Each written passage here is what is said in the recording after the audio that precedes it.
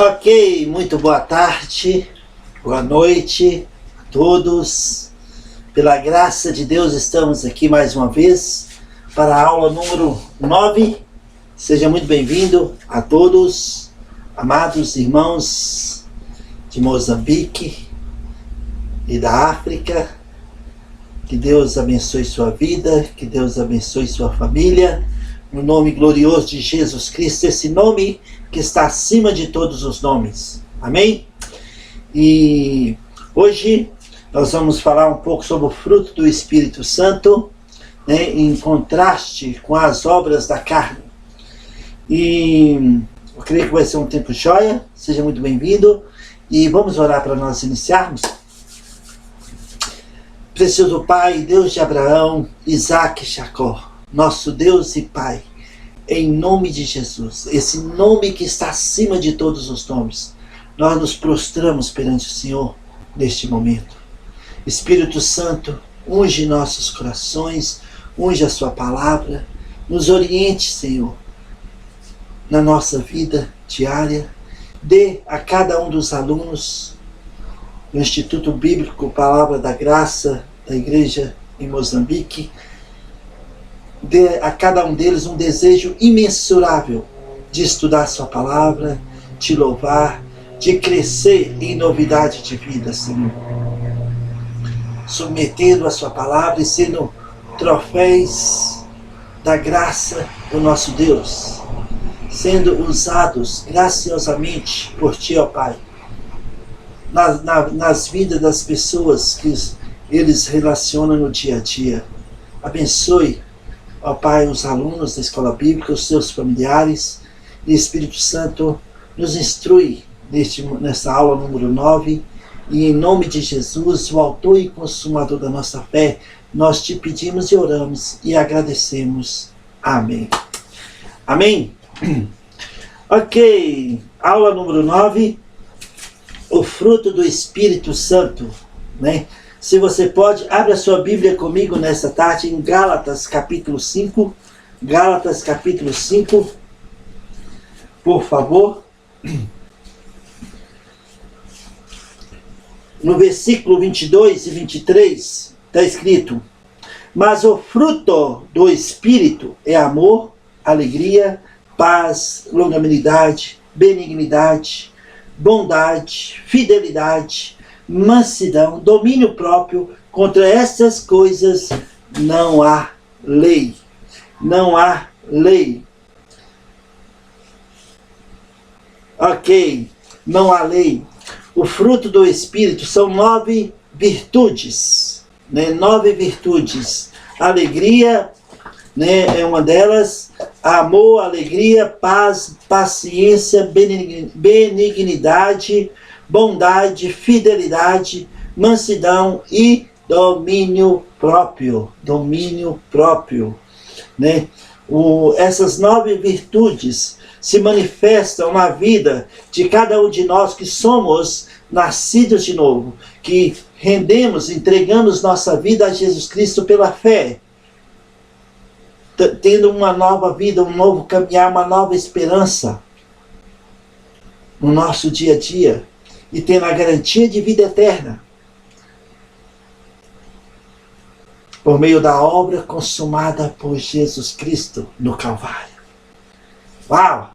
Sabe, amados irmãos, Gálatas capítulo 5 relata o fruto do Espírito, e o desejo de Deus é que cada um de nós, nascido de novo, podemos manifestar esse fruto, né? Que são essas 9 virtudes, né? Que manifestam na vida de cada um de nós que somos nascidos de novo. Essas qualidades são vistas como resultado da atuação do Espírito Santo na vida de uma pessoa, em contraste com as obras da carne, como está aqui no contexto desse versículo do 22, né? As obras da carne. Nós vamos falar um pouquinho mais sobre essas obras da carne lá mais para frente. Mas agora, nós queríamos, entender um pouco mais sobre o fruto do Espírito. Estas nove virtudes, né, que manifesta a obra do Espírito Santo na vida de cada um de nós. O amor leva a consolar, compreender e amar o próximo. Amar o próximo. Nós falamos na última aula sobre isto. Jesus disse: outro mandamento vos dou, que vos ameis uns aos outros, como eu vos amei. Na lei mosaica, está escrito que o judeu, o hebreu, deveria amar o próximo como a si mesmo. Como a si mesmo. E nós sabemos que muitas vezes nós não amamos a nós como deveríamos amar, e como nós poderíamos amar o próximo como a nós mesmos. E Jesus disse: eu não vim revogar a lei, eu vim cumpri-la. Em Mateus 5,17. Paulo disse: o fim da lei é Cristo para a justiça de todo que crê. Romanos capítulo 10, versículo 4. Nós não estamos debaixo da lei, mas sim da graça. Romanos capítulo 6, versículo 14 e 15. Havemos de pecar porque estamos debaixo da graça e não da lei? Há uma refutação ali de Paulo. De modo nenhum. De modo nenhum. Então, amados irmãos, Jesus disse em João 15: outro mandamento vos dou, que vos ameis uns aos outros, como eu vos amei. E como foi o amor de Jesus por nós? Ele abriu mão da sua própria vida em favor de você, em favor de mim. Ele se tornou o nosso substituto na cruz do Calvário. A palavra no grego para substituto, deixa eu apagar aqui. A palavra no grego para substituto é a palavra hiper. E significa a favor de, em benefício,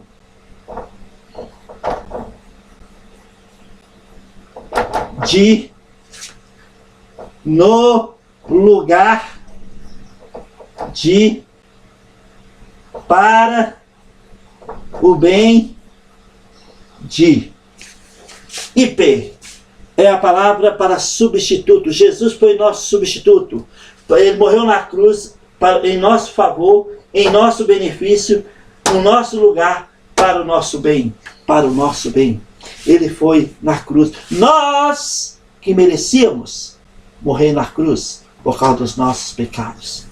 Mas Deus nos amou de tal maneira que deu o substituto, o Cordeiro de Deus, Jesus Cristo, que pagou um preço alto pela sua vida e pela minha vida, pelas nossas vidas.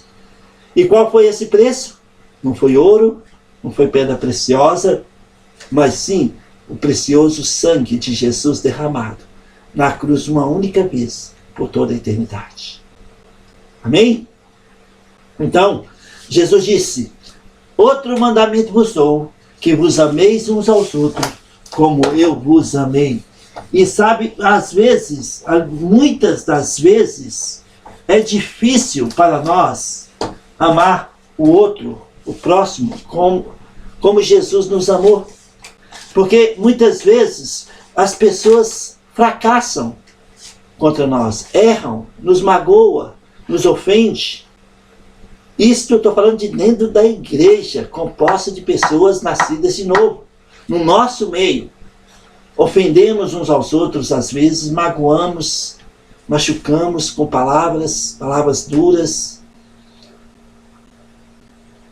Por isso é tão importante entender o efeito prático da obra consumada por Jesus no Calvário, para que não vivamos debaixo de condenação, para que possamos perdoar, liberar perdão e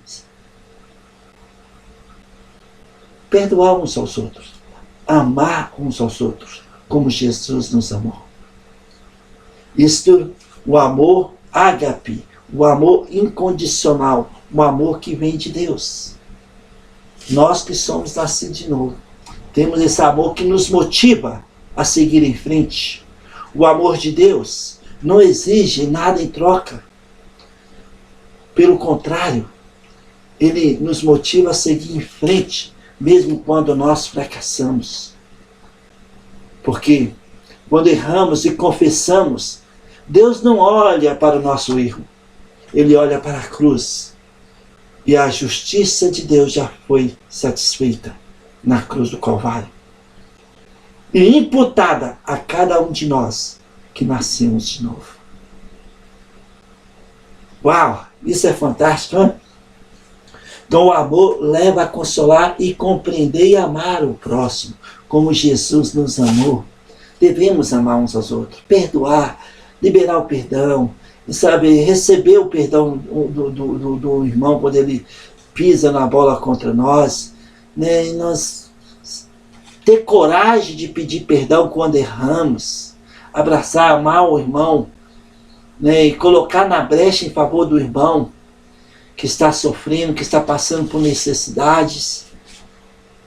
Né? 1 Coríntios capítulo 12, versículo 27. Quando um irmão sofre, todo o corpo sofre. Não tem como, né, o dedinho do pé lá, você tropeçar, né, e sangrar o dedinho do pé, e o corpo não sentir. Não tem como. O corpo vai sentir, vai doer. E muitos vão até chorar. Então, quando um membro do corpo, mesmo que seja o mais fraco ou mais forte, sofre, todo o corpo sofre junto. Quando um membro é promovido, todos nós nos alegramos com ele. É isso que a palavra de Deus fala. E o Espírito Santo, ele trabalha no mais profundo, no íntimo da vida de cada um de nós, para que este amor seja prático nas nossas vidas e nas vidas dos outros, no nosso dia a dia. Não é só na igreja. O fruto do Espírito é manifestado, essas 9 virtudes, manifestam no dia a dia, no trabalho, na escola, em casa, com os pais, com os irmãos, na sua casa. O fruto do Espírito deve manifestar de uma maneira graciosa em nossas vidas.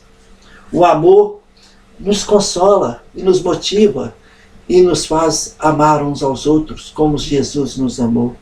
A alegria gera o desejo de louvar a Deus no nosso dia a dia. Dar graças a Deus por tão grande salvação. Dá graças a Deus, porque Ele se inclina para nos ouvir. Quando nós clamamos em nome de Jesus, Ele se inclina para nos ouvir. E Deus não só escuta o nosso clamor, como Ele responde cada oração, cada petição que nós colocamos, que nós protocolamos diante do trono da graça, em nome de Jesus. Deus ouve, Deus responde. Deus responde a cada um de nós. Então nós temos a alegria de louvar a Deus, agradecendo por tudo que Ele tem feito em nossas vidas. Paz é outra virtude que faz parte do fruto do Espírito. A paz proporciona tranquilidade em meio às tribulações e remove o medo. Sabe, amados irmãos, a paz que excede todo entendimento guarda o nosso coração e a nossa mente em Cristo e remove o medo. Por quê? Porque nós sabemos em quem nós temos crido e sabemos que Ele é poderoso para guardar o nosso depósito, como está escrito em 2 Timóteo capítulo 1. O nosso depósito é a nossa fé, tudo que nós temos depositado diante do trono da graça, tudo que nós temos protocolado diante do trono da graça, em nome de Jesus. Deus ouve, Deus responde, Ele nos dá paz, Ele nos dá segurança e remove o medo. Por exemplo, Isaías capítulo 41, versículo 13. Deus disse: eis que eu te tomo pela tua mão direita e te digo, não temas, não tenha medo, eu te ajudo. Eu te ajudo. Quando Jeremias estava no fundo do poço, na lama de perdição, ele clamou ao Senhor. Ele clamou ao Deus de Abraão, Isaque e Jacó. Em Lamentações, capítulo 3, versículo 57, Jeremias disse: no dia que eu te invoquei, o Senhor Deus aproximou de mim e me dissestes: não temas, não tenha medo. No dia que eu te invoquei, o Senhor aproximou de mim e me disse: não temas. Lamentações 3, 57. Este é o nosso Deus. E Ele nos dá essa paz. Jesus disse: olha, eu vos deixo a minha paz, eu vos dou a minha paz. Não vou lá dar, eu não vou lhe dar como o mundo a dá. Porque a paz do mundo é uma paz passageira, é condicionada, mas a paz de Jesus é incondicional e é fruto, faz parte do fruto do Espírito Santo que nos selou. Perdão. Então, amor, alegria, paz, paciência é outra virtude que faz parte do fruto do Espírito Santo. Paciência ou longanimidade refere-se à paciência consigo mesmo e com o crescimento dos outros, né? Às vezes nós incomodamos porque um irmão está crescendo, amadurecendo rápido e nós estamos ficando para trás. Sejamos pacientes. A paciência faz parte também do fruto do Espírito Santo. Benignidade, benignidade é a atitude de conhecimento, é a atitude de acolhimento, acolhimento e doação ao próximo. É colocar na brecha em favor do outro. Sabe, às vezes nós vemos um irmão passando por necessidade e alguns de nós temos condições de se colocar na brecha em favor daquele irmão. Mas a carne fala mais alto. A carne fala: esse irmão não merece. A carne fala: não, esse irmão todo dia está passando pela mesma necessidade. E daí? Talvez esse irmão está aí para você se colocar na brecha em favor dele, para que você seja um canal da graça de Deus na vida desse irmão. Talvez Deus te proporcionou de bens, de condições, para que você seja uma bênção na vida desse irmão. E eu às vezes falo: não, a minha carne fala mais alto, eu não vou fazer isso porque ele não merece. Nós merecemos alguma coisa? Não merecemos. Se não fosse a graça de Deus, nós nem aqui estaríamos. Depois de uma pandemia que aconteceu em 2019, 20, 21, 22. Mas a graça de Deus nos manteve e aqui estamos. Pela graça de Deus. Bondade é o ato de dar graças a Deus, porque Ele é bom. Deus é bom. E essa bondade de Deus nos persegue dia a dia. Não é isso que está escrito em Salmos 23, versículo 6? Bondade e misericórdia certamente nos seguirão todos os dias das nossas vidas. Uau! Isso é fantástico. Aleluia! Glória a Deus! Fidelidade também faz parte do fruto do Espírito Santo. É a perseverança nos compromissos e deveres com Deus e com o próximo. É você ser disciplinado diante de Deus e também do próximo. Se você marca com um irmão, com uma pessoa, com seu patrão, que te vai encontrar tal hora, não chega atrasado. Seja fiel. E fidelidade é fruto do Espírito Santo. Por exemplo, sabe, se você trabalha numa empresa grande, não cobiça as coisas do seu patrão, mesmo que seja uma agulha. Não leve para casa, porque aquela agulha pertence ao seu patrão. Seja fiel, porque Deus é fiel. Em 1 Tessalonicenses capítulo 5, 24, versículo 24, fala que fiel é o que vos chama, o qual também o fará. E fidelidade faz parte do fruto do Espírito Santo. Sejamos fiéis, sejamos transparentes em nossas vidas. E assim nós vamos manifestar o fruto do Espírito Santo em nós. Mansidão Mansidão é a doçura no modo de pensar, falar e agir. Sabe, muitos de nós precisamos dessa virtude em nossas vidas. Né? Esse fruto do Espírito Santo, ser manso. Mansidão fala de humildade, fala de, sabe, um modo de agir simples, mas não é aquele simples de provérbios, é o simples de inocência, ser manso, ser humilde, domínio próprio, domínio próprio. Eu creio que a maioria dos irmãos nascidos de novo precisa diariamente desse fruto, dessa virtude, que é fruto do Espírito Santo, domínio próprio. Porque nós nos estressamos por qualquer coisa. A carne nos alfineta o tempo todo, para que nós possamos sair do controle, para que possamos gritar, brigar, agir com ódio, com raiva. Nós precisamos de domínio próprio. É o controle sobre os próprios comportamentos e atitudes, libertando-se de vícios e atos maus. Então, essas 9 virtudes fazem parte do fruto do Espírito. Nós vamos falar um pouquinho mais delas daqui a pouquinho, né? Só para nossa como introdução a esta aula de número 9, né? O caráter cristão formado pelo Espírito Santo.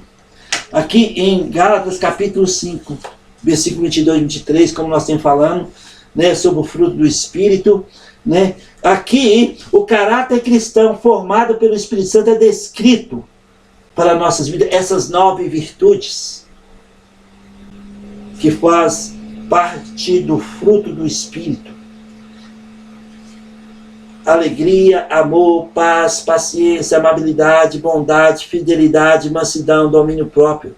Essas qualidades refletem a natureza de Cristo e são produzidas pelo Espírito Santo na vida de cada um de nós que somos nascidos de novo, moldando-nos ao caráter de Cristo de forma interior e profunda. É lá no mais profundo que o Espírito Santo, ele trabalha. Não de fora para dentro, mas de dentro para fora, para que nós possamos manifestar o fruto do Espírito em nossas vidas. Amor, alegria, paz, longanimidade, paciência, benignidade, bondade, fidelidade, mansidão, domínio próprio. Lá, no mais profundo, o Espírito Santo trabalha na vida de cada um de nós, para que o que saia da nossa boca, que sai dos nossos 5 sentidos, do que sai no nosso dia a dia, revele o fruto do Espírito Santo que nos selou no mais profundo do nosso íntimo. As virtudes do Espírito Santo. As virtudes do Espírito Santo. Amor, né? Vamos falar de novo aqui um pouquinho. Um amor que vem de Deus. Um amor ágape. Um amor que não exige nada em troca. Um amor incondicional. Que é o vínculo da perfeição. Como está escrito em Colossenses capítulo 3, versículo 14. É a maior das virtudes. Né? Como eu falei no início, né? Um amor que nos consola, que nos faz nos compreender e amar o próximo, como Jesus nos amou. Um amor que vem de Deus, um amor ágape. 1 Coríntios 13 fala deste amor, e fala que tudo vai passar, línguas, profecias, porém o amor permanece para sempre. Em 1 Coríntios capítulo 13, o último versículo, está escrito o seguinte: agora, pois, permanece a fé, a esperança e o amor. Estes 3, porém, o maior deles é o amor. O amor, que é o vínculo da perfeição, que nos dá liga, um a um, que nos faz conectados a Jesus. E esse mesmo amor faz Jesus conectado a nós como edifício espiritual, como está escrito em 1 Pedro capítulo 2. Alegria, um regozijo profundo que não depende das circunstâncias, mas que se encontra no Senhor. Como eu falei no início, a alegria, né, de agradecer, um desejo de agradecer, de louvar a Deus. E também é um regozijo profundo que não depende da circunstância. Tem uma música que é Salmo 115, né? Não olho circunstâncias, não, não, não olho o seu amor, não me guio por vistas, alegre estou. Amém? Não olho circunstância, não, não, não olho o teu amor, não me guio por vistas, alegre estou. Amém? Hã? Essa paz que sinto em minha alma não é porque tudo me vai bem. Hã? Eu poderia ser um pouco mais afinado, né? Ai, ai. Então, a paz, uma sensação de harmonia com Deus e com as pessoas que, sabe, protege o coração de preocupações e temores. Assim como eu falei no início, né? Essa paz que excede todo entendimento, que guardará a nossa mente, nosso coração e a nossa mente em Cristo Jesus, que remove o medo, que remove o temor, que nos dá segurança de que aquele que começou boa obra em nós é poderoso para concluir, como Paulo disse em Filipenses capítulo 1, versículo 6. Uau! Fantástico, hein? Paciência, a capacidade de suportar injúrias e danos com longanimidade, né? Ser paciente consigo mesmo, ser paciente com os outros. Naturalmente nós somos impacientes, por isso precisamos dessa virtude, o fruto do Espírito Santo, paciência. Precisamos ser paciente com nós mesmos e paciente com as pessoas que estão à nossa volta. Como eu falei, não é só na igreja, não é só no Instituto Bíblico, Palavra da Graça, não é só onde estão os irmãos, mas no seu trabalho, na escola, na fila do banco, no dia a dia, principalmente na sua casa, onde você vive. Aí, na sua casa e em qualquer lugar que você estiver, o fruto do Espírito necessita manifestar na sua vida para que você dê um bom testemunho daquele que te arregimentou para o combate, como está em Timóteo capítulo 2, como soldados de Cristo. Ele nos arregimentou para o bom combate. Combatemos então o bom combate da fé, para que o fruto do Espírito se manifeste através das nossas vidas, em qualquer lugar, em qualquer hora, em qualquer circunstância. Não olhe as circunstâncias, não, não, não, olhe o teu amor. O fruto do Espírito, paz, paciência, alegria, amor, amabilidade ou benignidade, é a mesma palavra, né? Amabilidade, uma disposição de bondade para com o próximo. Né? Eu falei sobre isso mais cedo, né? Sobre a atitude de acolhimento e doação ao próximo, é colocar-se na brecha em favor do outro. Provérbios fala, está escrito que aquele que você vê o irmão vindo até você pedindo algo e você tendo condições de atender, não o diga. Volte amanhã se você tem o que fazer, resolver o problema no mesmo momento, naquela hora. Tiago fala, aquele que sabe o que fazer, que deve fazer o bem e não faz, este peca, está pecando. Aquele que sabe que deve fazer o bem e não faz, peca. E o fruto do Espírito, né? Benignidade, amabilidade, nos move a nos colocar na brecha em favor dos outros.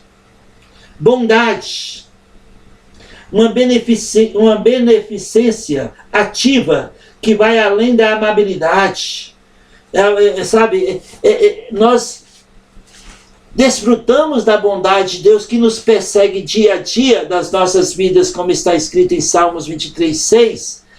Mas nós somos bons. A bondade de Deus que está em nós manifesta em favor dos outros também. É você ver um irmão carregando um fardo e colocar no lugar daquele irmão para carregar para ele. Como está escrito em Gálatas capítulo 6. Né?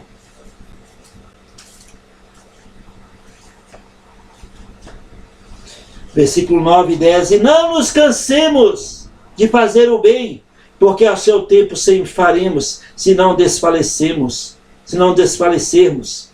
Por isso, enquanto tiverdes oportunidade, façamos o bem a todos, mas principalmente aos da família da fé. Gálatas capítulo 6, versículo 9 e 10. Fidelidade, um compromisso e lealdade que reflete o caráter de Deus. Ser fiel, como eu falei mais cedo, né? É a perseverança nos compromissos e deveres com Deus e com o próximo. É você marcar algo com o irmão. Não arrume desculpa, persevere, esteja lá na hora marcada. Não se atrase. Seja fiel. Dê um testemunho dessa virtude que faz parte do fruto do Espírito. Mansidão. Um temperamento cristão de não defender excessivamente os próprios direitos. Às vezes é abrir mão do seu próprio direito em favor do outro. Ser manso, ser humilde diante de Deus e diante das pessoas. Domínio próprio, equilíbrio e autocontrole sobre si mesmo. Também conhecido como temperança. Em outras versões da Bíblia fala sobre temperança, né? Mas é um autocontrole sobre si mesmo. É não viver desequilibrado nas emoções. Ter domínio próprio. Às vezes a carne fala, grite, fique com raiva. Mas nós olhamos para a palavra de Deus e descansamos. Em vez de ficar nervosos, nós relaxamos. Não no sentido de relaxar, não, no sentido de descansar no Senhor, sabendo que Ele está no controle de todas as coisas. Então, o fruto do Espírito são 9 virtudes. Quais são? Pode citar aí de cor comigo? Vamos lá? 1, amor. 2, alegria. 3, paz. 4, paciência. 5, benignidade. 6, bondade. 7, fidelidade. 8, mansidão. E 9, qual é o 9? Domínio próprio. Amém? Todas essas virtudes fazem parte do fruto do Espírito Santo. O significado do fruto do Espírito Santo. O fruto do Espírito Santo, diferentemente dos dons que está revelados em 1 Coríntios capítulo 12, o fruto se refere à transformação interior e ao crescimento do caráter cristão, enquanto os dons são habilidades para servir. Os dons são habilidades para servir, enquanto o fruto, ele nasce no mais profundo do nosso íntimo, né? E revela o caráter de Cristo em nós. Em cada um de nós que somos nascidos de novo. O resultado da ação do Espírito Santo é uma consequência natural do cristão que se permite ser guiado pelo Espírito Santo, assim como uma videira produz o seu fruto. O contraste com as obras da carne. Os frutos do Espírito contrastam com as obras da carne, que estão reveladas aqui no capítulo 5 de Gálatas, versículo 19 e 20, que são, vamos ler aqui: ora, as obras da carne são conhecidas, e são prostituição, impureza, lascívia, idolatria, feitiçaria, inimizades, porfias, ciúmes, iras, discórdias, dissensões, facções, invejas, bebedices, glutonarias e coisas semelhantes a esta, a respeito dos quais eu vos declaro, como já outrora vos preveni, que não herdarão o reino dos céus.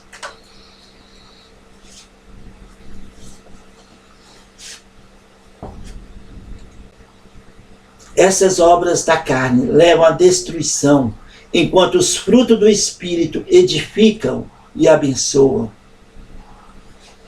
O contraste entre as obras da carne e o fruto do Espírito. O contraste entre as obras da carne e o fruto do Espírito é a oposição entre eles. Como está escrito aqui em Gálatas capítulo 5, versículo 17. Porque a carne milita contra o Espírito e o Espírito contra a carne, porque são opostos entre si, para que não façais o que porventura seja do vosso querer. O comportamento pecaminoso e o caráter transformado por Deus, né? O fruto do Espírito é a oposição entre o comportamento pecaminoso e o caráter transformado por Deus. As obras da carne são ações motivadas pelo ego e pela natureza decaída, como inveja, ira, imoralidade. Já o fruto do Espírito são as virtudes geradas pela presença do Espírito Santo em nós, como amor, alegria, paz, paciência, benignidade, bondade, fidelidade, mansidão e domínio próprio. Olha, as obras da carne são visíveis na vida dos crentes que decidiram não serem guiados pelo Espírito Santo. As obras da carne, a origem, natureza humana decaída e dominada pelo pecado. A motivação das obras da carne, desejos egoístas e caídos. As manifestações das obras da carne, imoralidade sexual, impureza, libertinagem, idolatria, feitiçaria, ódio, discórdia, ciúme, ira, egoísmo, dissensões, facções, inveja, embriaguez e orgias. Consequências: afastamento de Deus e perda de comunhão. Em Romanos capítulo 8. Romanos capítulo 8. Vamos lá, Romanos capítulo 8.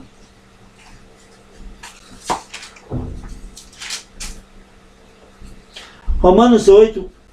Versículo 6 a 8, está escrito: porque o pendor da carne dá para a morte, mas o do Espírito para a vida e paz. Por isso, o pendor da carne é inimizade contra Deus, pois não está sujeito à lei de Deus, nem mesmo pode estar. Portanto, os que estão na carne não podem agradar a Deus. Não podem agradar a Deus. A relação e o conflito.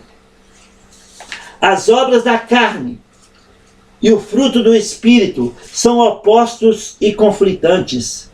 Andar no Espírito significa crucificar a carne com suas paixões e concupiscências. A vida cristã envolve uma luta diária para ser guiado pelo Espírito e não pela carne. Ensinar essa distinção é importante para que as pessoas possam fazer escolhas que agradam a Deus. E como nós podemos agradar a Deus? Andando de fé em fé. Deus disse, o meu justo andará por fé. Hebreus capítulo 11, versículo 6. Sem fé é impossível agradar a Deus. Sem fé é impossível agradar a Deus. Então, precisa de um processo de santificação. O processo de santificação é um processo contínuo de transformação do crente para se tornar mais parecido com Cristo, começando no momento da conversão e se completando definitivamente na volta de Cristo. E essa mudança ocorre no mais profundo íntimo de cada um de nós. Essa mudança, ele envolve a atuação do Espírito Santo para moldar o caráter, a vida e as atitudes da pessoa, que por sua vez deve dedicar a oração, a leitura da Bíblia e a renúncia do pecado.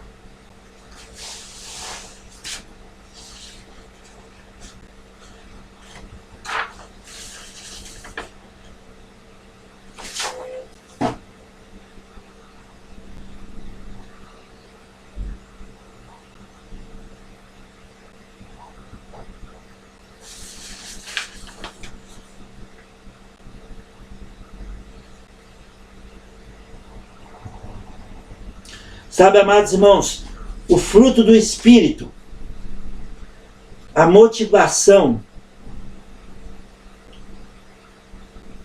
é fazer a vontade de Deus para as nossas vidas. Muitas vezes nós erramos por não conhecer a vontade de Deus para as nossas vidas. Em Efésios capítulo 5, Efésios capítulo 5,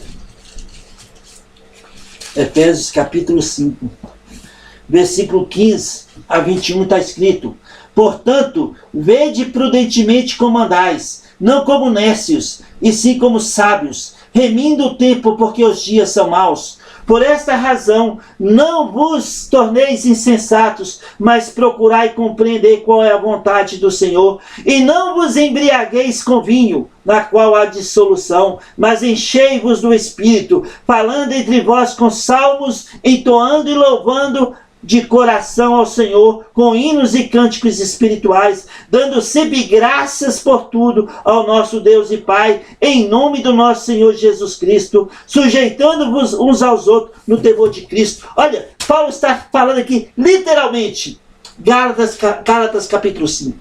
Aqui em Efésios 5, versículo 15 a 21, Paulo está nos orientando como nós devemos proceder, como deve ser o nosso andar, o nosso caminhar cheio do Espírito Santo, para que as virtudes do Espírito, do fruto do Espírito Santo, se manifestem em nós, a cada um de nós, no nosso caminhar, no nosso andar. Ele está falando aqui, olha, portanto, vede prudentemente como andais, não como nécios, prudentemente. Fala sobre, significa agir de forma cuidadosa, ser sábio, ser ponderado, ser cauteloso. Ser cauteloso no nosso dia a dia, não sendo nécios. Aqui no versículo 15 de Efésios 5, não sendo nécios. Nécio significa desprovido de conhecimento, estúpido. Não seja estúpido no seu caminhar, andando na carne, porque a carne milita contra o Espírito, e a carne nos afasta da presença de Deus. Não seja estúpido. Também Paulo fala para não sermos insensatos. Insensato significa imprudentes, agindo sem discernimento. Mas aqui também Paulo fala para nós sermos sábios e procurar conhecer a vontade de Deus para nossas vidas. Conhecer a vontade de Deus para cada um de nós, no nosso caminhar, no nosso andar, no nosso dia a dia. Conhecer a vontade de Deus, né, para cada um de nós, na nossa família, no nosso trabalho, no tudo que passamos, né? E assim, né, nós manifestamos o fruto do Espírito em nossas vidas, né? Essa é a nossa motivação, está no centro da perfeita, agradável vontade de Deus para cada um de nós. Essa deve ser a nossa motivação, de submeter o Espírito Santo no nosso dia a dia, permitindo que o Espírito Santo trabalhe no mais profundo do nosso íntimo, para que o que sai de nossas bocas, das nossas atitudes, seja manifestações das virtudes, o fruto do Espírito, que é amor, que é alegria, que é a bondade, que é benignidade, que é domínio próprio, que é paz, que é mansidão. Olha, nós podemos no dia a dia manifestar isto, o fruto do Espírito em nossas vidas, porque nós fomos chamados, separados para Deus. Mas qual o problema? O problema é que nós, na maioria das vezes, preste atenção, irmãos, que isso é tão importante. O problema é que a maioria das vezes nós agimos por impulso, precipitadamente, ou pela emoção do momento. Aí vem discórdia, vem ira, vem todas as obras da carne. E nós não desfrutamos da vontade de Deus para nossas vidas. Provérbios capítulo 14, versículo 8, está escrito. Provérbios capítulo 14, versículo 8, está escrito: a sabedoria do prudente é entender o seu próprio caminho, mas a estultícia dos insensatos é enganadora.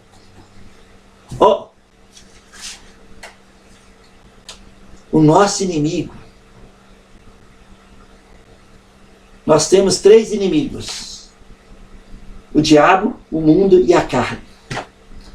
E vai o tempo todo guerrear contra o Espírito, para que não sujeitamos as coisas do Espírito, e sim da carne. O diabo é um grande imitador de Deus.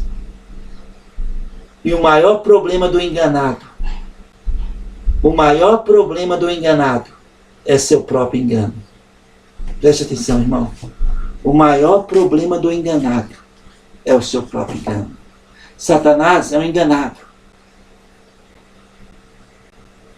E o maior problema do enganado é seu próprio engano, porque ele vai lutar com todas as forças, porque ele pensa que ele está certo e os outros errados. Isso acontece conosco também. Muitas vezes sujeitamos as obras da carne e não o fruto do Espírito. E as obras da carne, às vezes, somos movidos pela carne. E nós batemos, lutamos para falar e provar que estamos certos. E aí o maior problema do enganado é seu próprio engano, porque ele vai defender com unhas e dentes que está certo e os outros estão errados.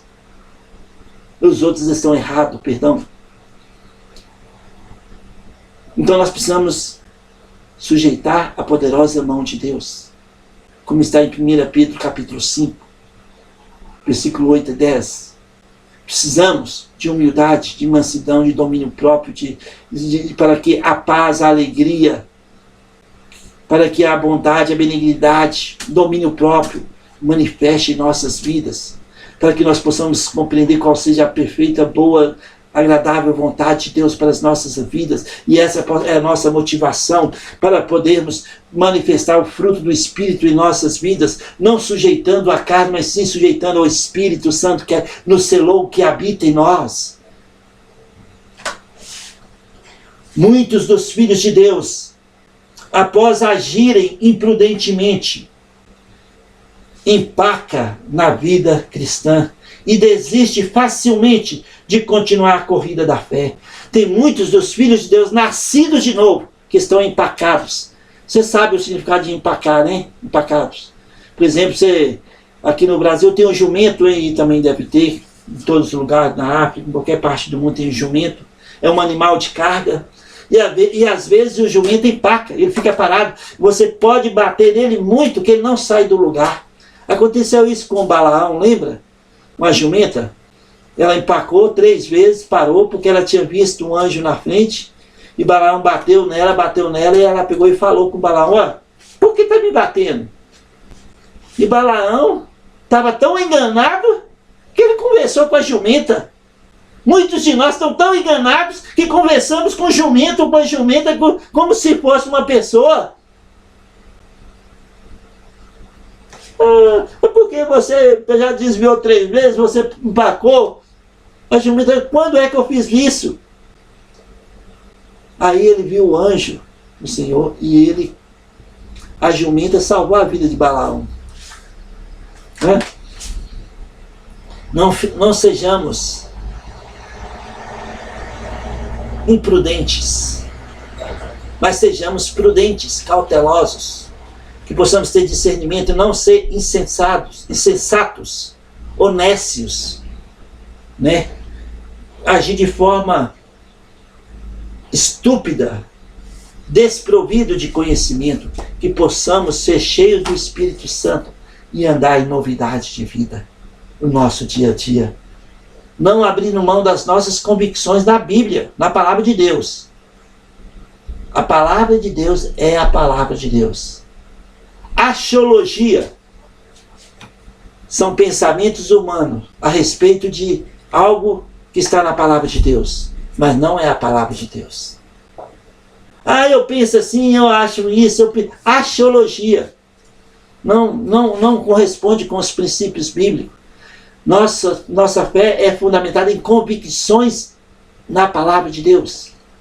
Está escrito em tal lugar, e o seu contexto é assim, assim e assado, para não vivermos desviados em nossas vidas.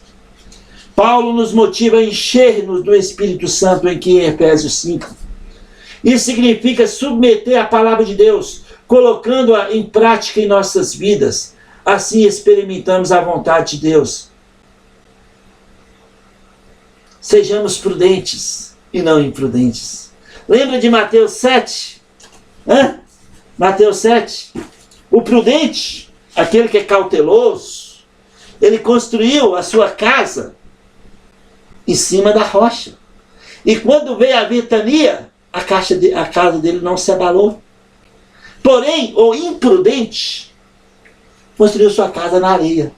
E quando veio o vento, o que aconteceu? Foi embora. Sejamos prudentes. Essa está em Mateus capítulo 7, 24 a 27.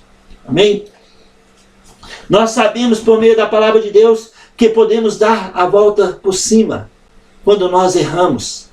Se nós confessamos, sacudimos a poeira e levantamos a cabeça e seguimos em frente, sem culpa, sem condenação. A obra consumada por Jesus na cruz nos proporciona viver hoje e agora como se nunca tivéssemos pecado em nossas vidas. 2 Coríntios 5,17 está escrito: Portanto, se alguém está em Cristo, é nova criatura. As coisas antigas já se passaram, tudo se fez novo. Isto aplica, muitas vezes usamos com a pessoa que nasce de novo convertido. As coisas antigas já se passaram, tudo se fez novo. Mas também aplica às nossas vidas, independente se você tem 1 minuto de crente, como se você tiver 50 anos de crente. Porque nós, muitas vezes, submetemos a carne e pecamos, e fracassamos. Porém, mas a obra consumada por Jesus nos impulsiona, né? O Espírito Santo nos impulsiona a confessar, porque o Espírito se entristece quando nós pecamos. Ele nos impulsiona a confessar o nosso pecado. Nós confessamos, sacudimos a poeira, levantamos a cabeça e andamos hoje, agora, deixando as coisas que para trás ficaram e avançando para as que estão adiante de nós, como Paulo falou em Filipenses 3,13. Paulo diz: uma coisa eu faço, esqueço-me das coisas que para trás ficaram e avanço para as que adiante de mim estão. E muitas vezes na igreja, irmãos que conhecem o seu passado, o meu passado, o nosso passado, ou que nós conhecemos o passado do irmão, ficamos na defensiva com relação àquele irmão. E não permitamos que o fruto do Espírito se manifeste em favor daquele irmão. Porque nós conhecemos o passado. Ele fracassou 1, 2, 3, 4, 5, 6, 7, 8, 9, 10, 20 vezes, 100 vezes, 1 milhão de vezes. E você conhece. E você se coloca no lugar de Deus na vida daquele irmão. Fica julgando, condenando. Vai cair de novo. Paulo, nós sabemos, ele era perseguidor dos cristãos. No início, eram cristãos, aqueles que seguiam a Cristo, eram seguidores do caminho. Né, no início da igreja primitiva. Depois passaram a ser chamados seguidores cristãos, porque seguiam a Cristo. E depois passaram a chamar de pequenos cristos, né, na era da igreja primitiva. Paulo perseguia a igreja. Ele foi para Damasco com a finalidade de prender os cristãos que moravam em Damasco. Paulo, em Atos capítulo 9, caiu do cavalo. E ele viu Deus. Ele viu Deus. Ele viu Jesus e Jesus perguntou para ele: por que me persegues? Paulo, o que eu estou perseguindo? Eu estou perseguindo os cristãos, as pessoas que seguiam o falso Messias. E Jesus: por que me persegues? E Paulo diz: quem és tu, Senhor? Eu sou Jesus, a quem tu persegues. Quando a pessoa persegue você e a mim, está perseguindo a Jesus Cristo. E Paulo, em Filipenses 3,13, os judaizantes, onde Paulo ia pregando o evangelho da graça, os judaizantes vinham atrás, falando: olha, esse é aquele que perseguia os crentes, os cristãos, esse é aquele que foi para Damasco para prender todos os seguidores de Cristo. Eles vinham refutando as mensagens de Paulo, e Paulo disse: olha, uma coisa eu faço, esqueço-me das coisas que para trás ficaram, eu avanço para as que adiante de mim estão. Eu tomei uma decisão, o meu passado está passado, não volta mais, está morto, foi crucificado com Cristo, sepultado com Cristo. Agora não mais eu vivo, mas Cristo vive em mim, e esse viver eu vivo pela fé no Filho de Deus que me amou e a si mesmo se entregou por mim.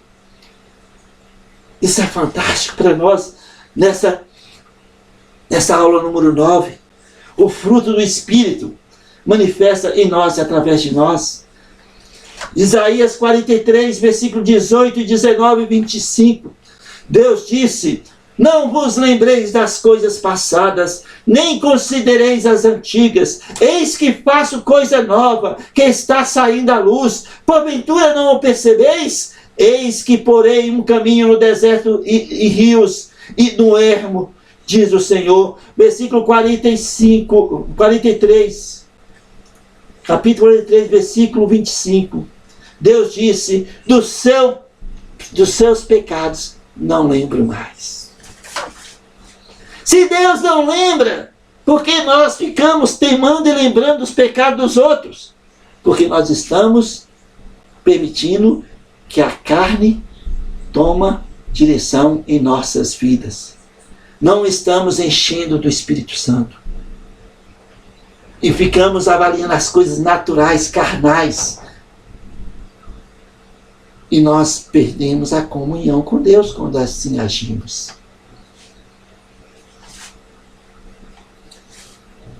Deus está nos chamando no dia que se chama hoje a deixar as coisas que para trás ficaram e avançar para as que estão adiante de nós. A graça nos restaura. A graça de Deus é o meio que Deus usa para nos restaurar. A graça de Deus nos proporciona um novo começo com Deus. A graça de Deus, sabe, nos impulsiona a viver de fé em fé, deixando o que para trás ficou e avançando para o que está diante de nós. Então, se hoje você está permitindo que a carne fale mais alto na sua vida, é hora de levantar, é hora de dar a volta por cima, é hora de ver Deus te promover e fazer da sua vida um troféu da graça. Ande, corra, porém, corra em novidade de vida e seja prudente. Não seja nécio, não seja insensato, mas seja sábio. Enchei-vos do Espírito Santo, para que você possa experimentar qual seja a perfeita, boa, agradável vontade de Deus para a sua vida, em nome de Jesus. Amém? Ok, nós vamos dar um intervalo agora de 10 a 15 minutinhos. Depois nós voltamos com a segunda parte, né, sobre o fruto do Espírito. E nós vamos falar um pouco mais sobre santificação. Amém? Então, que Deus abençoe você. 5 a 10 minutinhos, nós retornamos aqui com a segunda parte da aula.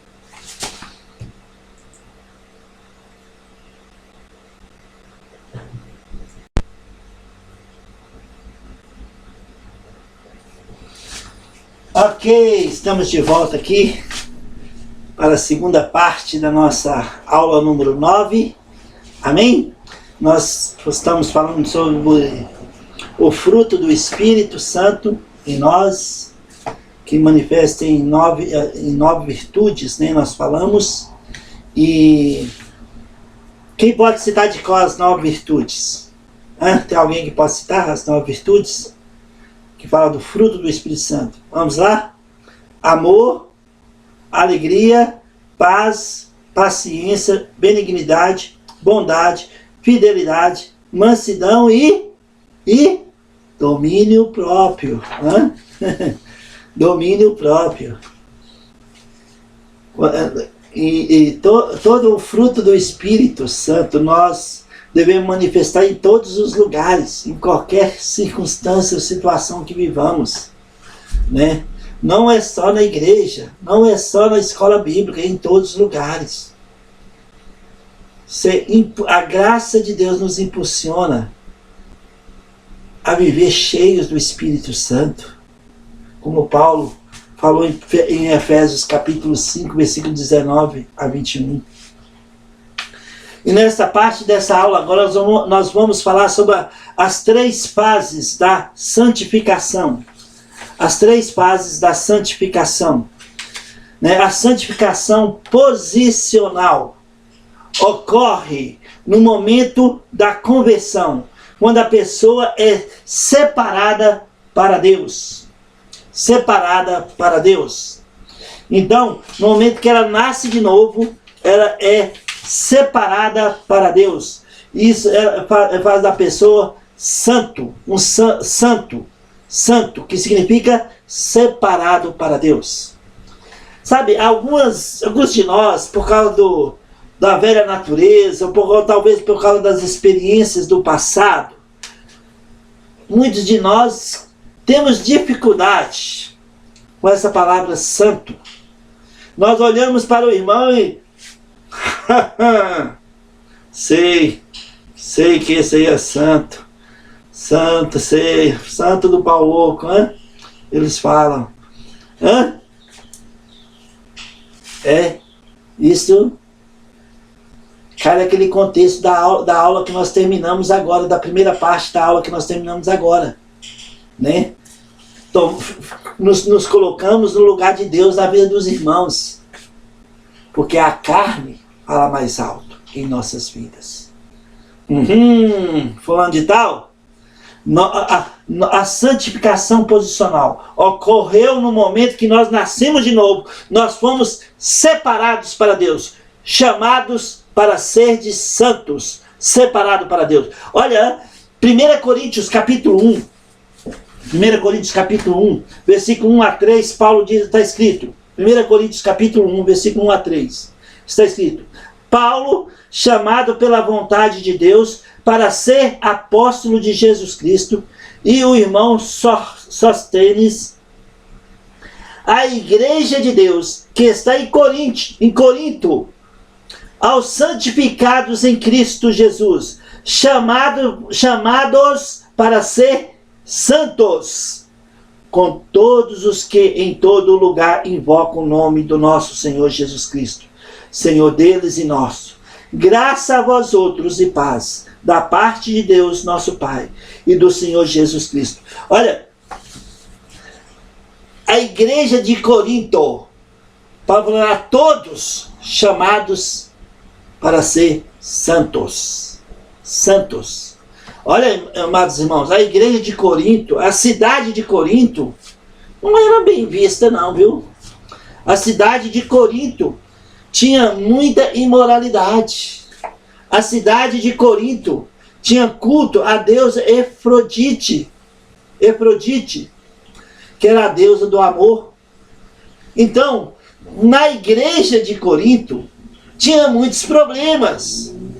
Na igreja de Corinto, tinha divisão, tinha, sabe, imoralidade, como é descrito em 1 Coríntios capítulo 5. Tinha problemas na ceia. As pessoas que eram ricas traziam pão, suco, vinho, pão e vinho, e na hora da ceia comia e bebia à vontade. E quem não tinha nada, ficava lá chupando o dedo, olhando. E Paulo corrige essas coisas. Tinha essa desordem na ceia, esse problema de divisão. Eu sou de Apolo, eu sou de Paulo, eu sou... Sabe, Paulo vem tratando cada ponto na carta a 1 Corinto. Tinha problemas. Mas Paulo fala aos irmãos da igreja em Corinto, aos chamados para ser santos, separados para Deus. Nós todos que nascemos de novo, fomos chamados para ser santos. A primeira fase aqui da santificação ocorre no momento que nós nascemos de novo. É a santificação posicional, né? Fomos separados para Deus. Separados para Deus. Cada um de nós. Agora, número 2, a santificação progressiva. É a fase atual de crescimento contínuo na vida do crente, onde ele trabalha para se parecer mais com Cristo, permitindo que o caráter de Cristo se torne o nosso caráter, moldando os nossos pensamentos, palavras e ações. Em 1 Tessalonicenses capítulo 4, olha lá comigo, 1 Tessalonicenses capítulo 4, versículo 1 a versículo 7 está escrito: finalmente, irmãos, nós vos rogamos e exortamos no Senhor Jesus que, como de nós recebestes, quanto à maneira por que deveis viver e agradar a Deus, e efetivamente estáis fazendo, continueis progredindo cada vez mais, porque estáis inteirados de quantas instruções vos demos da parte do Senhor Jesus.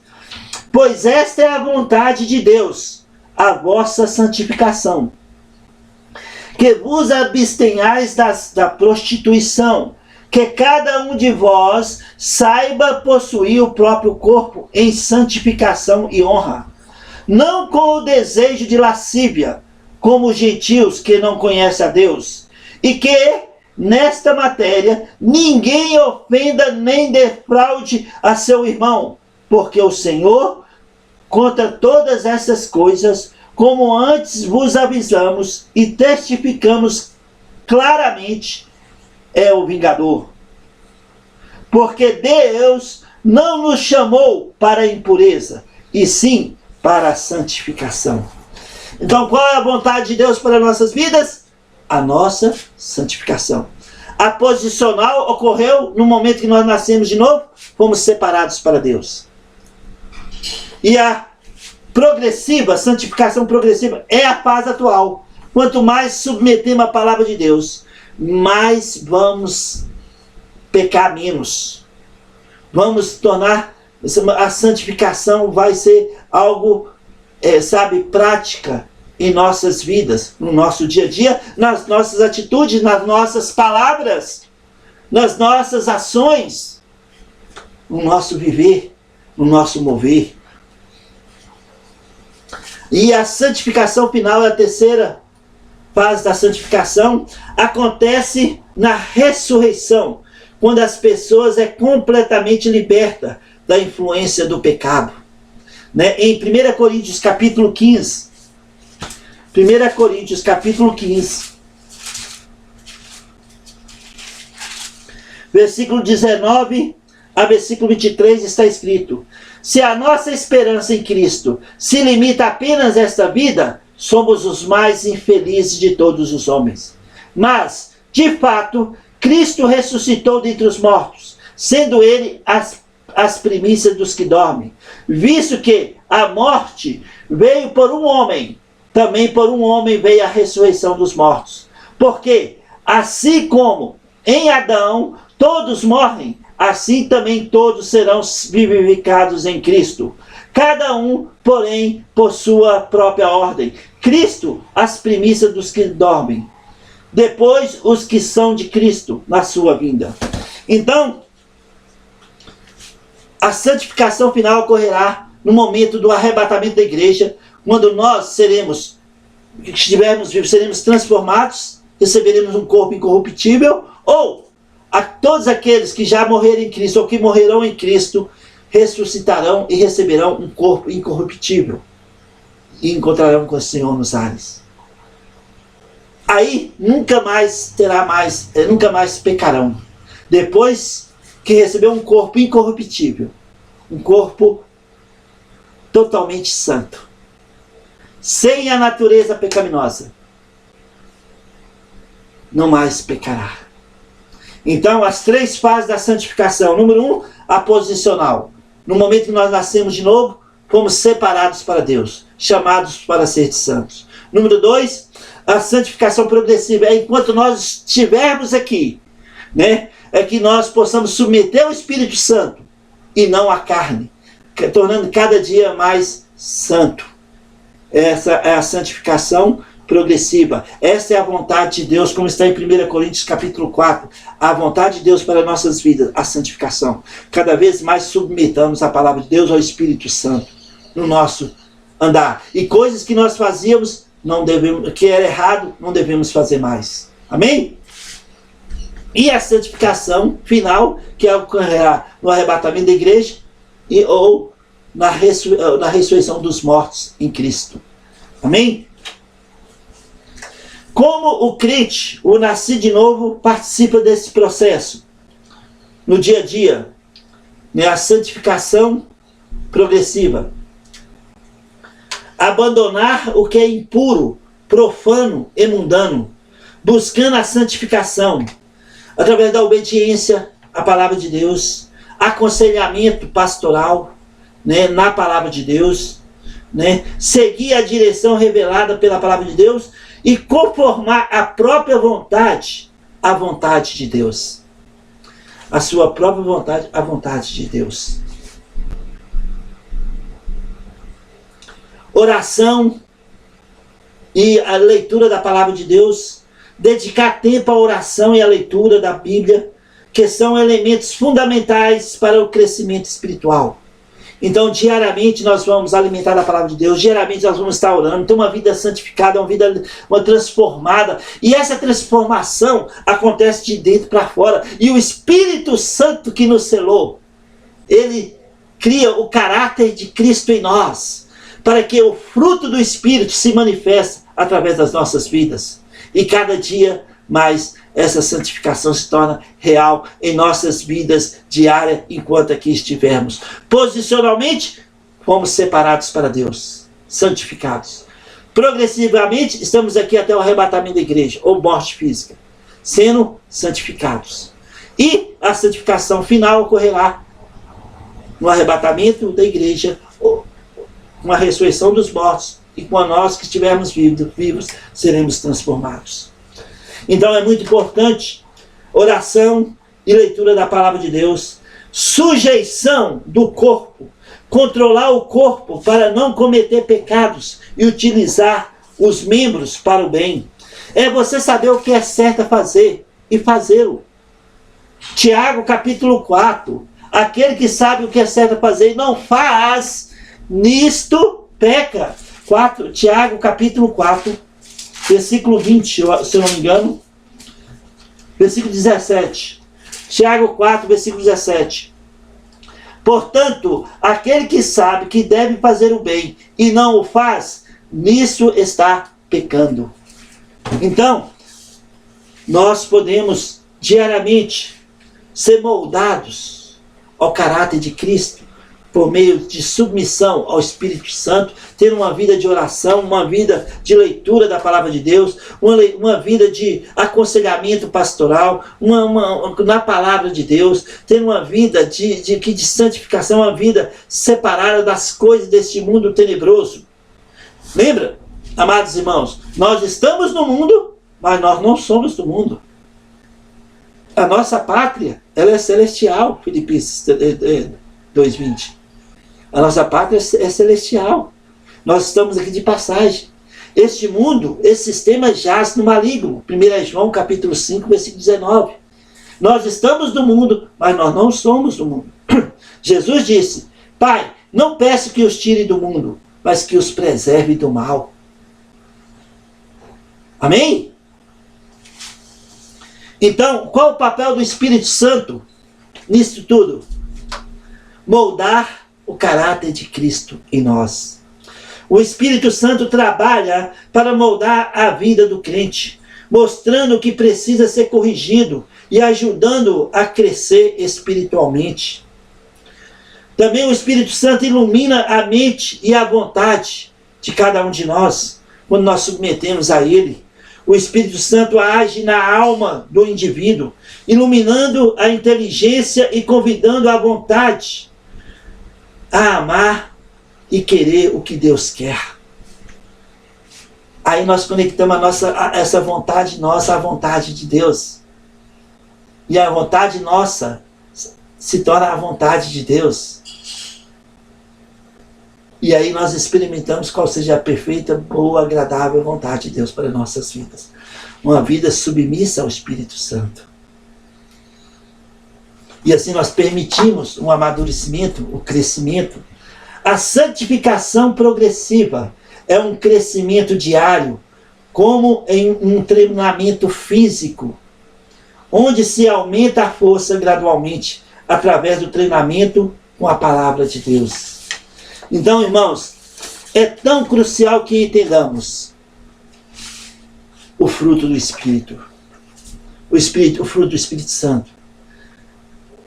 Essas virtudes que nós falamos hoje precisam estar moldadas em nossos corações.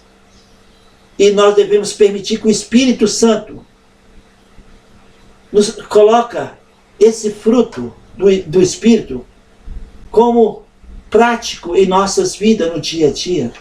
Que nós podemos amar uns aos outros incondicionalmente. Que nós possamos, alegrar, agradecendo a Deus por tudo que Ele tem feito e por tudo que Ele está fazendo. Que nós possamos desfrutar da paz que excede todo entendimento. A paz real. Não uma paz passageira, a paz que Jesus deixou para cada um de nós. Que guarda a nossa mente e nosso coração em Cristo Jesus. Que nós possamos ser benignos com todas as pessoas, colocando a brecha em favor dos outros, que nós possamos ser bondosos uns com os outros, porque Deus é bom e a sua bondade nos persegue dia após dia. Que nós possamos, no dia a dia, ser fiéis. Fidelidade é uma virtude, fruto do Espírito Santo. Que possamos aprender a honrar nossos compromissos, não ficar porfiadores de outros, mas quando nós darmos a nossa palavra, que nós possamos cumpri-la, que nós possamos pagar as nossas contas, que nós possamos ser fiéis diante do Senhor, nosso Deus, e diante dos irmãos, que possamos ser mansos, que possamos ter cuidado com as palavras que falamos, que possamos ter domínio próprio, não ficando irados por qualquer coisa, não sejamos nervosos. Lembra que que está escrito: irai-vos, mas não pequeis. Como podemos irar e não pecar? Porque é não concordar com o que é incorreto. Não concordar com o incorreto e fazer o que é correto diante de Deus e diante dos irmãos. Que nós possamos desfrutar da paz que excede todo entendimento através da palavra de Deus. Em todo o tempo da história da igreja, irmãos, o Espírito Santo atuou para que o Espírito para o fruto do Espírito se manifestasse na vida dos irmãos, no dia a dia. A igreja de Jesus Cristo, a igreja primitiva, até o ano 200, foi muito perseguida, muito perseguida. E no ano 54, Nero, imperador romano, colocou fogo em um terço de Roma e acusou os cristãos. Nero foi terrível para com os cristãos. Outro, Tertuliano, foi outro que perseguiu os cristãos. Os cristãos, eles reuniam em catatumbas, em lugares, em cemitério escondido. Não são como nós hoje, que tem um lugar para a gente congregar, para a gente abraçar os irmãos. Os irmãos eram perseguidos. Muitos, até o ano 200, foram lançados, né, dentro de lugares para serem devorados por leões. Né? Então, eram perseguidos a igreja no início da igreja primitiva. Mas o Espírito Santo estava sempre atuando para que as pessoas pudessem manifestar o fruto do Espírito. Até no ano 312, né, teve o edito de Milão. Nesse tempo, no ano 312, o edito de Milão foi quando Constantino declarou, né, deu liberdade ao cristianismo de cultuar seu Deus. Agora os cristãos não precisavam mais reunir em catatumbas, em lugares escondidos. Eles podiam ter um lugar para cultuar o seu Deus. No ano 312, no edito de Milão, o Espírito Santo atuando na igreja, para que o fruto do Espírito se manifesta. O fruto, o amor, a paz, a alegria, a benignidade, a bondade, o domínio próprio, a mansidão, se manifestasse em todas as épocas. No ano 325, no primeiro concílio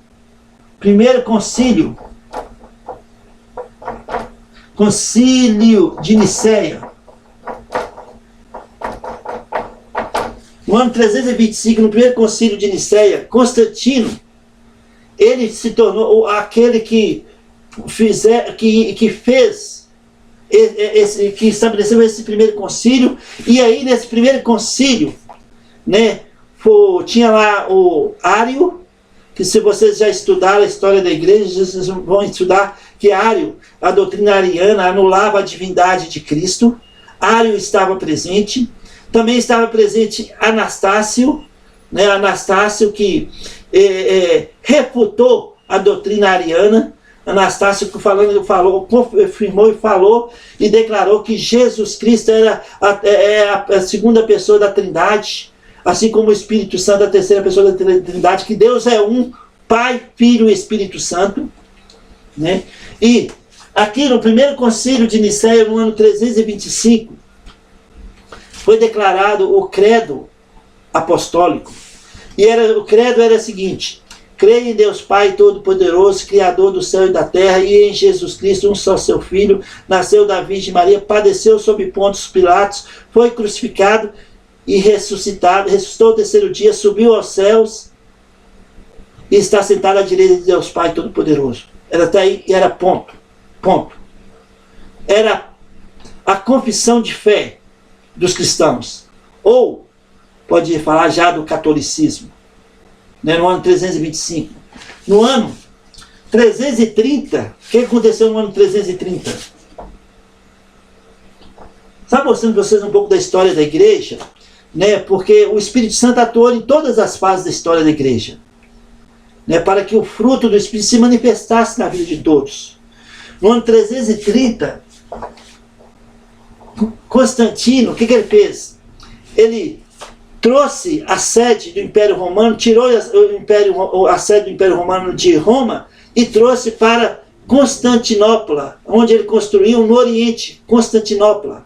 Ele construiu essa cidade no Oriente e trouxe a capital do Império Romano para Constantinopla, no ano 330. E sabe, a irmã de Constantino era uma das seguidoras de Ário. e ia contra os princípios de Anastácio, que cria na divindade de Jesus Cristo. E o que aconteceu? Nessa época, a irmã de Constantino queria de todo jeito promover Ário em vez de Anastácio. E o final de Ário foi triste. Ele, depois de ser adorado no meio da rua de Constantinopla, ele entrou na sua casa e ajoelhou e morreu sozinho. No ano 380, aqui Constantinopla, né? Constantinopla. No ano 385, teve o primeiro concílio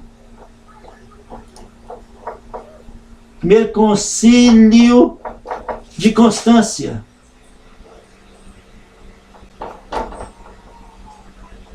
Primeiro concílio de Constância. Aqui, o catolicismo foi declarado a religião do Estado. Então, o credo apostólico que terminava na ressurreição de Jesus Cristo, eles colocaram ali: creio também na Igreja Católica Apostólica Romana. No ano 385, a Igreja Católica foi declarada a religião do Estado. No ano 490, foi a queda de Roma. Aconteceu a queda de Roma. Os francos, né, os bárbaros francos vieram contra Roma. E o que aconteceu?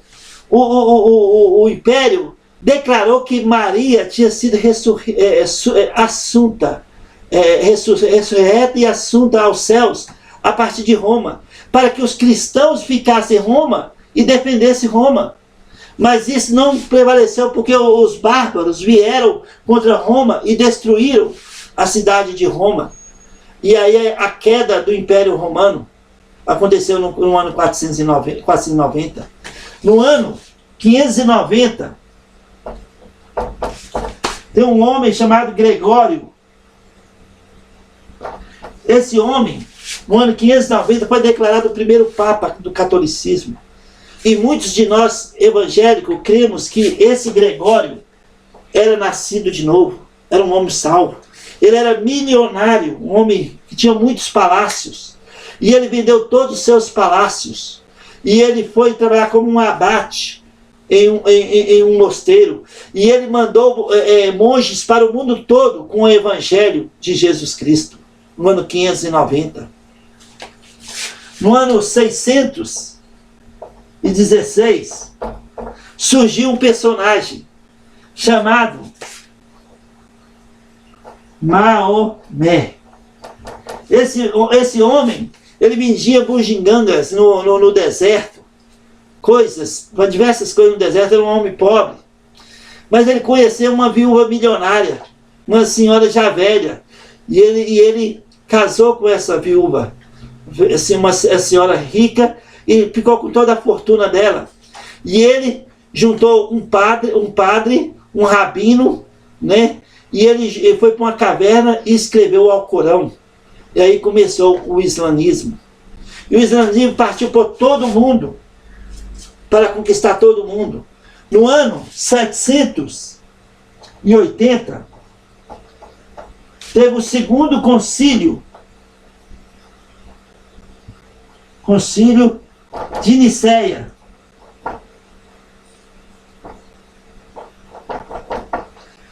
O primeiro concílio de Nicéia aconteceu no ano 325, no primeiro concílio. O segundo concílio de Nicéia aconteceu no ano 780. E o que aconteceu nesse concílio?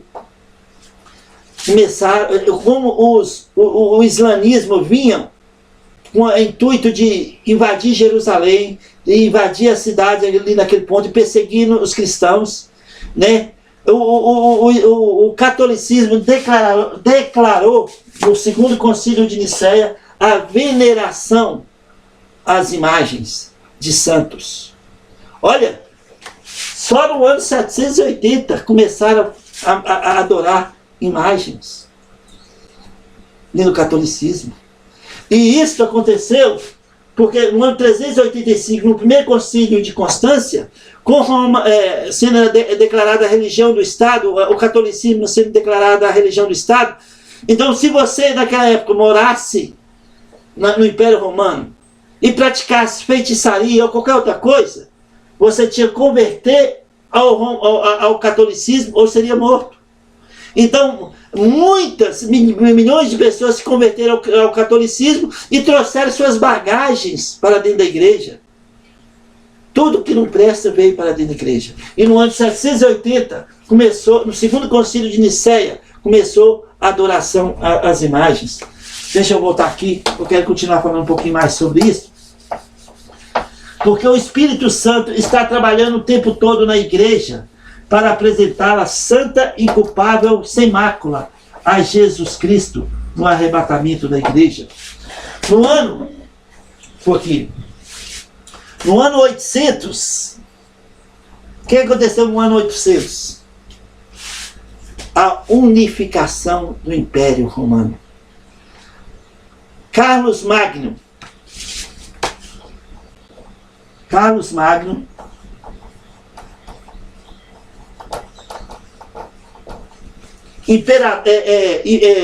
imperador dos francos, foi declarado o novo imperador romano. Então teve a unificação do Império Romano, do Ocidente e do Oriente, no ano 800. E a igreja está aí. O Espírito Santo está aí trabalhando na igreja o tempo todo. No ano 1051, aconteceu o grande cisma. O que foi esse grande cisma? Foi os ultra-ortodoxos católicos não submeteram mais a Roma. Separaram. E isso aconteceu no ano 1051, esse grande cisma. E ficou por centenas de anos separado e inimigo de Roma.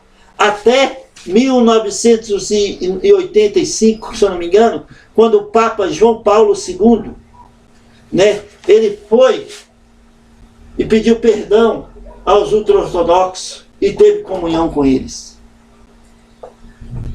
No ano 1070, até o ano 1070, todos padres eram casados, tinham filhos, tinham famílias, era normal. Mas no ano 1070 foi declarado o celibato no cristianismo, no catolicismo.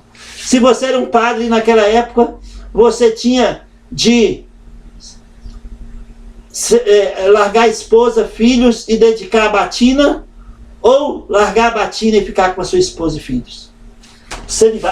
Só no ano 1070 aconteceu isso. E logo depois começou o que aconteceu? A Igreja Católica começou a perseguir a todos e a todos, com as suas indulgências. E no ano 1450, os irmãos já ouviram falar de John Hus, que era um padre e converteu, e ele foi queimado vivo. No ano de 1517, tinha um monge chamado Lutero, que vivia dedicado à palavra de Deus. E um dia ele ganhou um papelzinho bem na sua caverna onde ele estava. E esse papelzinho era um versículo de João 8:32. E conhecereis a verdade vos libertará. E esse versículo ficou na cabeça de Lutero. E ele foi visitar Roma. E quando chegou em Roma, ele viu tudo que era contra a palavra de Deus. Idolatria, indulgência, tudo aquilo. Ele voltou dessa visita decidido. E ele escreveu 95 teses. E colocou, no ano 1517, as 95 teses na porta da Igreja Católica Romana. e Lutero foi perseguido, foi para a Alemanha, onde ele traduziu a Bíblia, o hebraico para o alemão e o Novo Testamento, né, o grego para o alemão e depois para o inglês, para a Inglaterra, e assim nós temos acesso à palavra de Deus hoje. Mas sabe, esses homens tiveram problema também, sabia? No ano de 1530, teve uma reunião especial entre Lutero, Zwinglio, que era o fundador dos Anabatistas, que futuramente tornou-se os Batistas, também o da Presbiteriana, deixa eu lembrar o nome dele aqui, Calvino, né? Calvino, Lutero e Zwinglio tiveram uma reunião, e na ceia, durante a ceia, Lutero escreveu no quadro assim: este é o meu corpo. E Lutero cria que, no momento da ceia, ali estava o corpo de Jesus. E Zwinglio falava, não, ali é em memória do corpo de Cristo que foi entregue na cruz. É um memorial. E Calvino a mesma coisa. E no final, Zwinglio estendeu a mão para apertar a mão de Lutero, e Lutero virou as costas e foi embora. Essas coisas aconteceram no nosso meio. Esses são os que deram início aos heróis da fé, ao protestantismo, né? E Lutero teve problemas. Zwinglio, dos Anabatistas, perseguiu muitos fazendeiros que tinham 2 esposas, né? Perseguiu muito. O Calvino interpretou um versículo do Novo Testamento errado em Genebra, de 1930 a 1941, um versículo que Jesus disse que aquele que não concordar com a minha doutrina deve amarrar uma corda no pescoço de uma pedra e ser lançado no rio. Então, Calvino falava que ele falava o seguinte: se você não crê com a minha doutrina, ele deve ser amarrado, uma pedra no pescoço dele e jogado no rio fundo. Isto em Genebra, 1930 a 1941.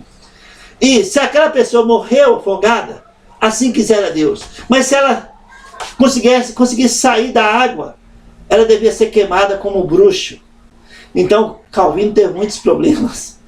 Zwinglio também. Esses são homens que foram chamados de santo por Deus, homens como nós, que cometemos erros, que falhamos, que fracassamos, mas o Espírito Santo sempre aponta para a cruz do Calvário, e nós podemos dar a volta por cima e permitir que o Espírito Santo apague, né, as obras mortas da nossa mente, usando o sangue precioso de Jesus Cristo, que purifica as nossas consciências de obras mortas. Aí começou os heróis da fé, né, homens, né, como o Gary Smith, tem umas dezenas de homens, como aqueles 2 estudantes da palavra de Deus que fundou o luteranismo, o luteranismo é Lutero, o que fundou sumiu da minha mente. Esse que eu estou só colocando como acrescentando na aula de hoje. Como eu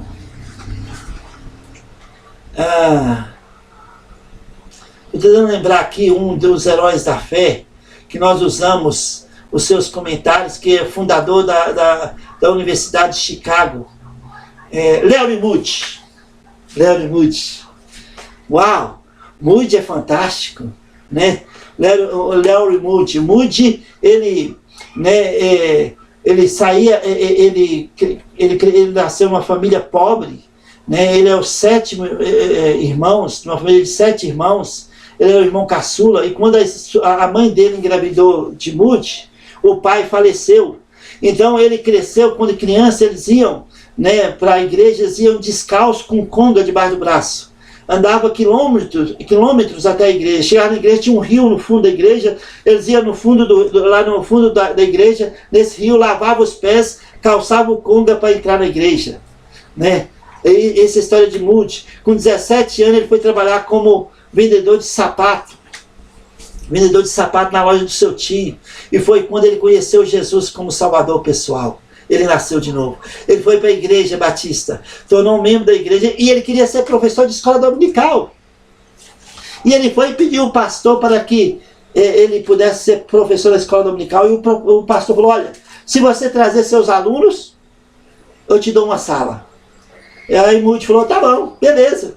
Aí no outro domingo, no outro final de semana, ele foi num lugar pobre, com um saco grande de pipoca, de bala, de pirulito, e pegou aquele tanto de crianças e levou lá para a igreja. Aí falou: pastor, o senhor falou que me daria uma sala, aqui estão meus alunos. Aí o pastor teve que dar uma sala para ele. Moody foi um homem de fé, um homem que fez a diferença. Né? Quando ele tinha uma igreja grande, a igreja pegou fogo, né? Enquanto todo mundo estava preocupado com as coisas, ele estava preocupado onde ia ser o culto à noite. Teve uma época que Moody ficou sozinho na igreja. E tinha um casal de velhos que ia todo culto, quarta e domingo. E Moody falava: não, mas por que eles não desistem? Ele fazia o culto porque aquele casal de velhos estavam lá. E quando ele saiu, o casal de velhos: ó, pastor, estou orando por você. Estou orando por você. Aí, nessa época, o Moody ficou sabendo de um missionário que ia pregar numa determinada cidade, numa conferência, e ele decidiu ir nessa conferência. Ele foi de trem para essa conferência e chegou lá. Quem era o missionário era um jovem de 16 anos, perdão. E ele pregou durante uma semana sobre João 3,16. Porque Deus amou o mundo de tal maneira. Olha só como o Espírito Santo trabalhando. E isso impactou, essa mensagem impactou a vida de Léo Moody, de tal forma que ele tornou um grande homem de Deus.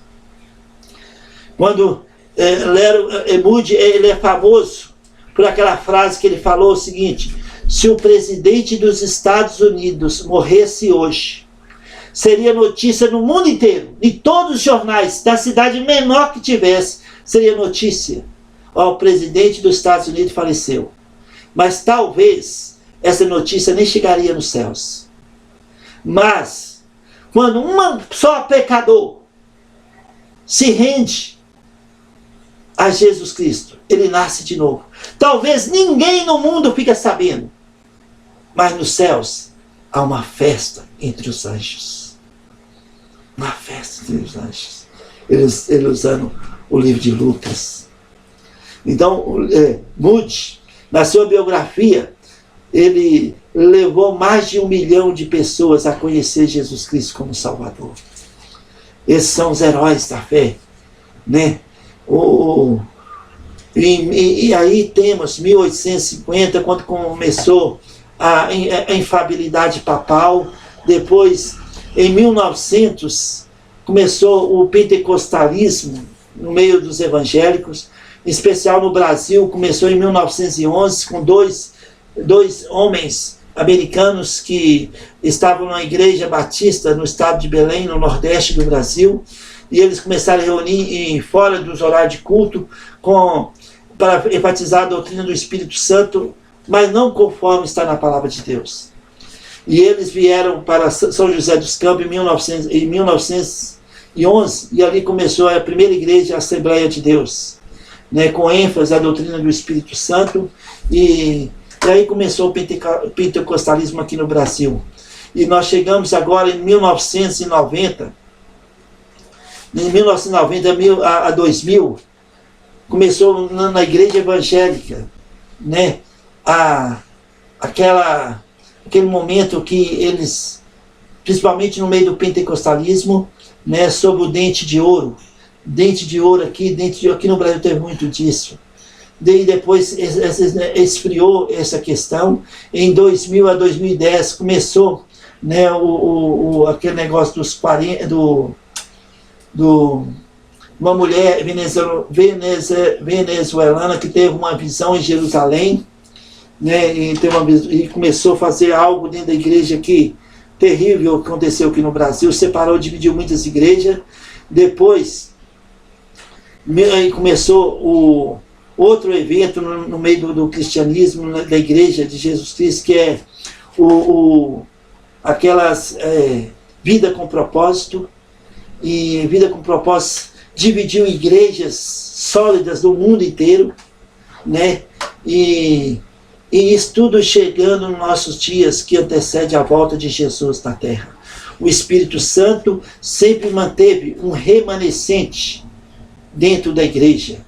Homens e mulheres como nós, que amamos a palavra de Deus, que amamos ser instruídos pelo Espírito Santo, que amamos, né, viver uma vida santificada, uma vida separada para Deus.